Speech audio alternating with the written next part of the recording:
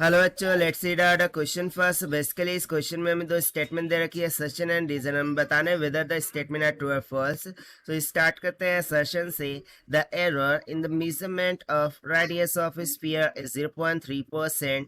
यानी कि बोल रहा है कि एरर को जब मेजर करते हैं तो रेडियस ऑफ स्फीयर के एरर में 0.3% का एरर मिलता है। ना the permissible error in calculation of its surface area is 0.6%।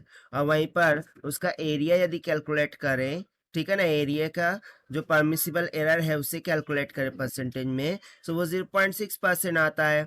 और इसका रीजन बता रहा है कि the permissible error is calculated by the formula of delta A by A equals to 4 delta R by R. तो चलिए देख लेते हैं हम इसको सोल्यूशन से। But before of its let's talk about the key concept which we are going to use here for this question. तो देखिए, परसेंटेज एरर के बारे में हमने थोड़ा सा तो पढ़ के रखा ही है भाई, ठीक है ना। तो इसके लिए मैं यहाँ पर सिंपली सपोज करता हूँ कि लेट सपोज कि मेरे पास एक क्वांटिटी है, that is simply I will say what, let suppose कि मेरे पास एक क्वांटिटी है x is equals to y का स्क्वायर, ठीक है। और इसके लिए मुझे परमिसिबल एरर कैलकुलेट करना है। तो यहाँ से मैं सिंपली बोल सकता हूँ ना कि error in percentage that will be equals to, वो क्या हो जाएगा, सो भाई delta x by x, okay, multiply by 100, this is equals to 2 times of delta y by y multiply by 100।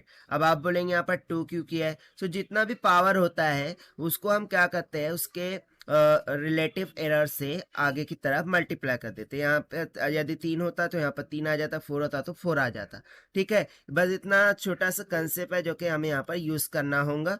तो चलिए देख लेते हैं हम। सो अकॉर्डिंग टू क्वेश्चन, ठीक है ना, यहाँ पर किसकी बात हो रही है, surface area of what, sphere.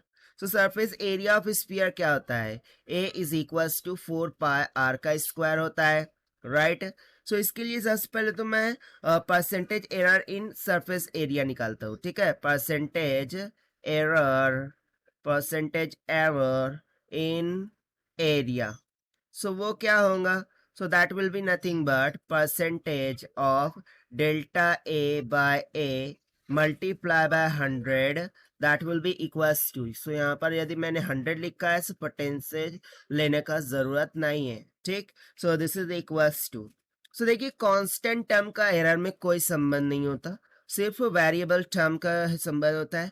सो वो क्या है, आर का स्क्वायर। सो देखिए यहाँ पर y का स्क्वायर का क्या हुआ था, 2 डेल वाई बाय वाई हुआ था, यानी कि ये सिंपली हो जाएगा 2 del R by R multiply by क्या हो जाएगा, 100 हो जाएगा, ठीक है ना। इतना क्लियर हो रहा है।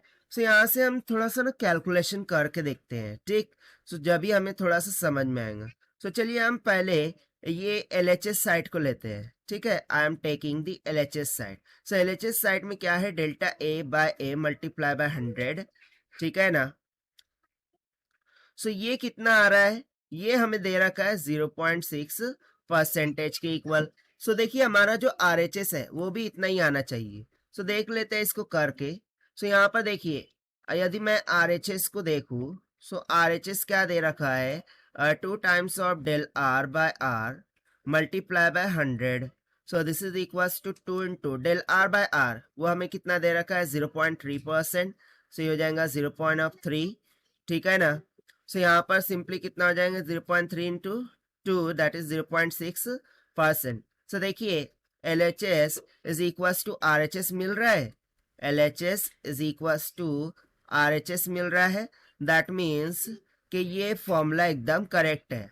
और यदि ये फॉर्मूला करेक्ट है, so I can say that कि डेल्टा ए बाय ए ये इक्वल होगा किसके, 2 times of delta R by R के, ठीक है।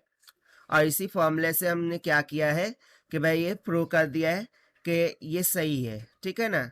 यानी कि जो परमिसिबल एरर है यदि रेडियस में 0.3% का है, सो सरफेस एरिया में कितने का आ रहा है, 0.6% का।